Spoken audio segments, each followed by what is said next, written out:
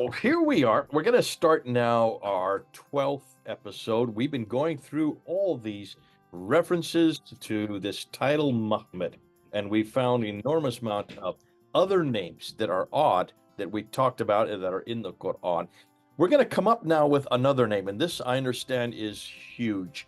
Mel, who's over here, has gone ahead and put it up on his site. And what you've broken all records, haven't you, with what you're going to introduce here? Over 6,000 views already on your site, which is huge for you. And we want to see why this is so huge. Now, I have not seen what he's going to tell me. I have not heard. So like you, this is going to be the first time I'm hearing it. I'm writing notes as we go because I want to be surprised by what he's come up with. I want to see why everybody is jumping to this video, especially this video. And it has something to do with the name Aziz. Now, that's all I'm going to say because I'm going to give it over to you, Mel. Let's see what you have to say and what you're going to tell us. So, if people have been following the series so far, they would understand that the argument that I've been making is that Islam is essentially a Messianic religion. And it has been referring to the Messiah and has been referring to Muhammad. But the name that we're going to see today, which is straight out of the Qur'an, is actually another Messianic title, which confirms, it's just further evidence for the argument that actually what we're looking at is a Messianic religion and it is very different from what we think it is today. Okay, so real quickly, what do you mean by Messianic? Well, the idea that the people who were associated with the beginnings of Islam were expecting a Messiah to come along. That's actually what it's all about. It's not about a prophet as such. It was actually about a Messiah. And so obviously there's two groups of people that were waiting on a Messiah. The Christians are obviously waiting for Jesus to return, but Jews were expecting the Messiah to come for the first time. Yeah. So they haven't, from their point of view, they haven't had the Messiah yet. At least some Jews, you know. So we're looking at another synonym for Muhammad and Messiah in the Quran, which is Aziz. All right. And remember how we said in earlier videos that Muhammad meant beloved, lovely, the praised one, etc. Well, it turns out there is another word in the Quran that actually means that as well, which is Aziz. The only issue is that it's hidden because of a missing diacritical mark in the current version of the Quran. And that's Aziz. Now, to get back to Aziz, we have to recognize that there are two deceptions going on. First one is a false translation. So if you look at this here from Surah 9:30, you can see in the Arabic that Uzair is there in the Arabic currently. But if we see the translation, this is where the deception comes in. They have falsely translated it from Uzair to Ezra, which are different names. And they also make the claim that the Jews say Ezra is the son of Allah, which is not true. Did Jews ever hold to the belief that Ezra was the son of God? Well, if you go on to any forum, this is one example of a Jewish forum that I looked at, and they asked the question, and they essentially all came back and said, no, there's no record of any such thing, you know, so this is not nonsense. So the short answer amongst Jews is simply no, the Quranic claim is wrong and proves the Quran is false. But the question is what lies behind it. Do you want to come in on this, Jay, before I continue? No, but this is a common mistake that we've heard many years about Ezra. They're always saying you need to go find Ezra. And we've always I had no idea where you're going to go with this, because this is going to kill two birds with one stone, because we have always had a blockage is to know where to go with this Ezra claim that the Quran's making as a son of God. When we now know that looks like what you're going to tell me is this, we've been going up the wrong track. We've been going the wrong route. So I'm all ears. Let's see where you go with it. I'm going to see how you're going to answer that question. Okay.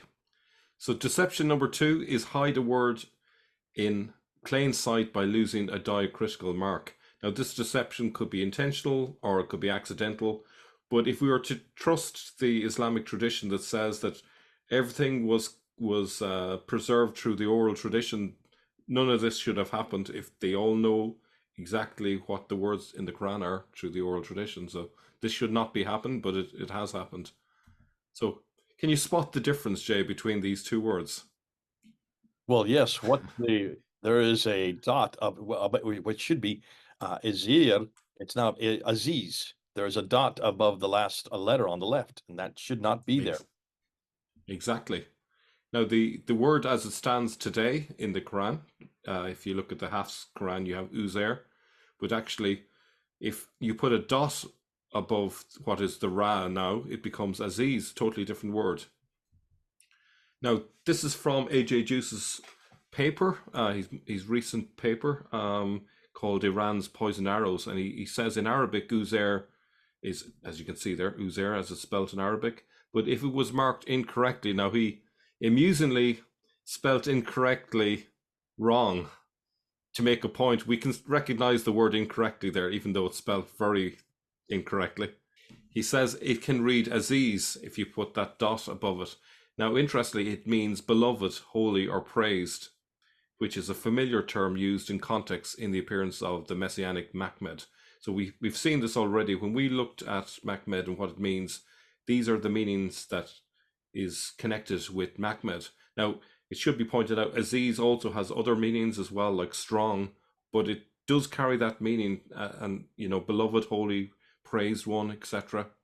And so therefore, it is another messianic title. It is one that's referring to the Messiah. Now, what's also interesting is there was a 6th century inscription in Yemen where it has the word Mahmed, the praised one. Okay, so it has a similar meaning to that, Aziz. So it's you could wipe out the word Aziz and replace it with Mahmed. It would essentially mean the same thing. Now, so if we go back to that verse 930, we can see it says, the Jews say Aziz is the son of Allah, while the Christians say the Messiah is the son of Allah. You can see now that it actually makes an awful lot more sense.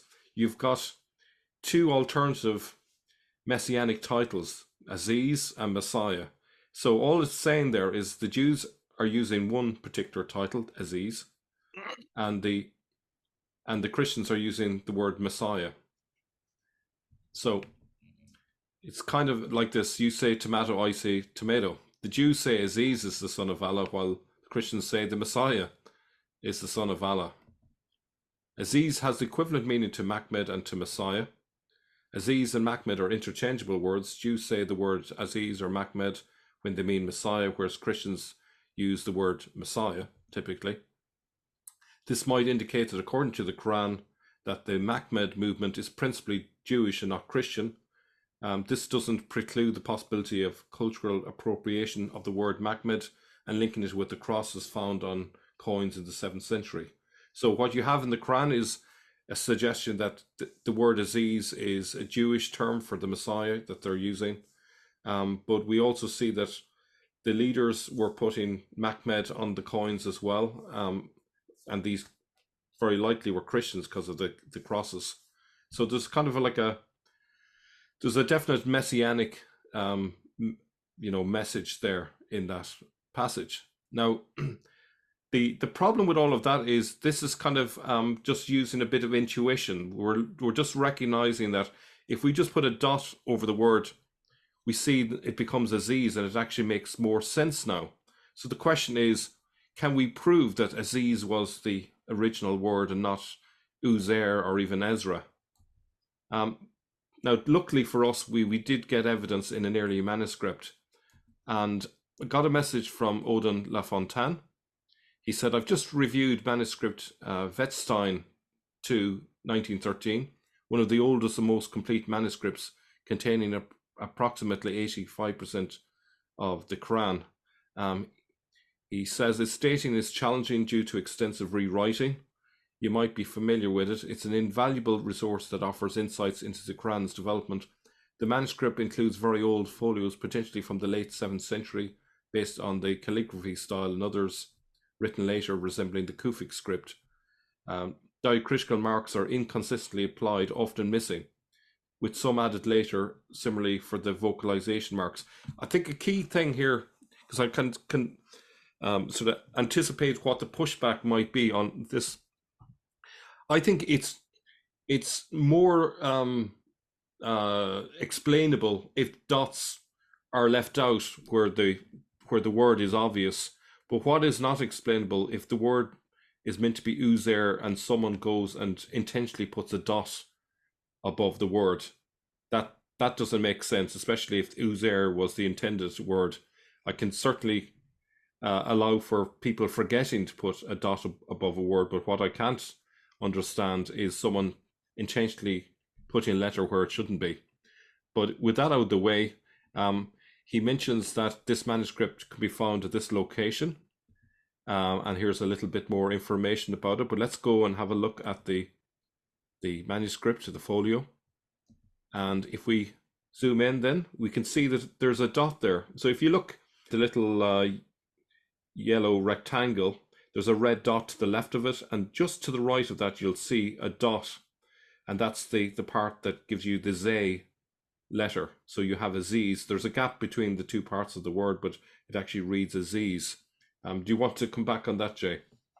No, this is good. So what you're saying basically here is, if this is now, I would be a little careful about dating it to late 7th century. This is a Yeah, much yeah. script. By the fact that it has so many diacritical marks, this would probably make it even late 8th century. This would be post Topkapi.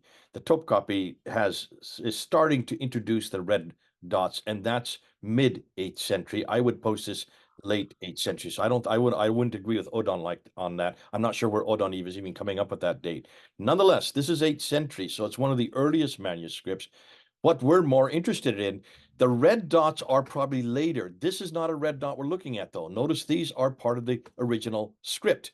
They're black dots. Now Yeah. remember, this took a while for the dots to be canonized. So you're looking at some of the original dots there. So just be careful about the red dots. People think that's all we're looking at. No, we're looking at the black dots above the two R's. When you have a dot above the R, the R sound makes it a Z sound. So that's why it's now, though that would be Aziz there. And you know, Jay, just to follow up what you said, if this is mid 8th century or even late 8th century, that is even more damaging, because it means that there's a definite use of Aziz, you know, for a good chunk of time before it got removed, and probably it got removed precisely because the story had changed. They're gone from a messianic movement to one where they have a prophet in a fantastical place called Mecca in the middle of nowhere, where there's no water, but yet there's supposed to be this large community, all familiar with Syriac texts and so forth.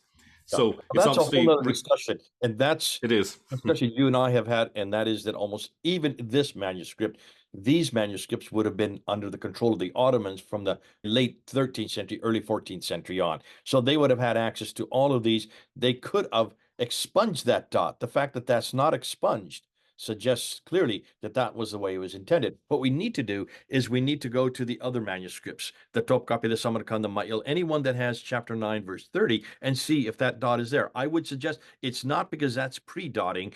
We need to then look at the later ones, like the ones that like Tübingen, which comes later, those manuscripts where dotting is now being formed, and see if they have the dot above the R, making it a Z. Yeah, I think the important thing is, you know, there was an inconsistency in the application of dots.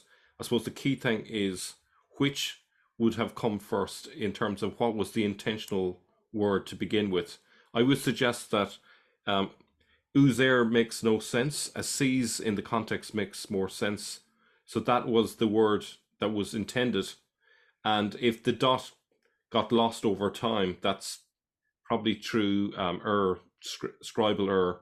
Which happens Or all the time. We have scribal yeah, errors in most of the manuscripts. Some of them are yeah, intentional, some of them are accidental. yeah. But this would actually have a theological effect, because it's essentially they're losing the real meaning of that sentence, because it is a double messianic title it's been referred to, and with Absolutely. that meaning lost, it's changing the whole sense of the meaning of the sentence. So that's a little bit more on the ze and the ra there. Let me just go on to next part. It mentions there that the ya lacks the two dots underneath. That's part of that inconsistency, but it's unmistakably a ya, as the other ya on the page also lacks those points beneath them.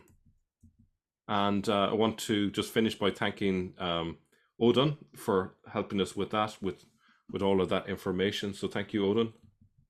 And I'll come back to you. I can see why now. Now that makes, I've written a whole page of notes here on this. This is going to be fun to see how the Muslims react to this, because they have always claimed that we have got it wrong with Ezra, and we're putting Ezra as another son of God, when in reality, no, it's not Ezra, it's not Uzair, it's Aziz, which is the very same title we're finding for Muhammad, which is in the Old Testament 11 times, which was started by the Ugaritic writing for the praised one, altogether lovely, even the Messiah. So it's this idea that the Aziz is the Messiah. Here's something I want you to go one step further then, because in chapter 12 of the Quran, when Joseph is captured in captivity, notice what happens to him. Who is the one that's responsible for him? The great Aziz, the very same word. Now we need to go back to chapter 12 and see how that is dotted, because I would suggest that if you look at, I'm not talking about modern day, it's Aziz, but they don't realize what that is. So that's another one. What's Aziz doing in chapter 12 then? Did they get that confused? And what is the original writing for that word in chapter 12 of the story of Joseph? Because the Messianic figure, there's Aziz, who is the leader there in Egypt. What's he doing as the Messianic figure in Egypt? Obviously, it looks like they got that confused too. So coming and going, not just with chapter 9, I would suggest this is really going to hammer and hang chapter 12 as well, the story of Joseph. Absolutely. Yeah, it has huge repercussions. You've probably, some of you have heard this already on Mel's channel. This is the first time you're hearing it here. I'm sure it's going to be on Syria International. Mel, you're going to have to go there and introduce it there as well. So now you will have heard it 3 times. But let's see how you respond to this. If this is so, if this is the Aziz that we're looking for, if this is the word that also parallels Muhammad, which is both of which are referring to Messianic title. It could be a Jewish Messianic title, or it could be a Christian, a second coming of Jesus a second time. Both are correct. And if you're remember, the Quran is borrowing everything. Everything that it has is borrowed from other sources. And those sources are all up in the seminaries, up in places like Damascus and in Kufa and in Petra, as we're going to find with the Jewish authority. This would make sense that these words, not only these ideas are being borrowed as well, the words are being borrowed as well. And whether it's a Jewish source for Aziz, whether it's a Christian source for the second coming of Christ, in both cases, this is not referring to Muhammad, the man that was way down in the south, that was way down in the Hijaz. It looks like this is referring to Jesus, or the Messiah that the Jews are still waiting for now. Good stuff. Great stuff. Lovely, lovely. This is going to be something. What are we going to do next? Okay, so what we're going to look at next is we're going to look at evidence for a chain of Muhammads. And for that, we're going to look at St. John of Damascus and some Chinese sources. So that's going to be a bit of a reveal. Good stuff. We're going back to Damascus, and we're going all the way over to China, way over in the Far East. Good stuff. Okay, until next time, folks, do your comments to write down below us. Put your comments there. Let's see where your comeback is on this. This is Jay and my good friend Mel, over and out.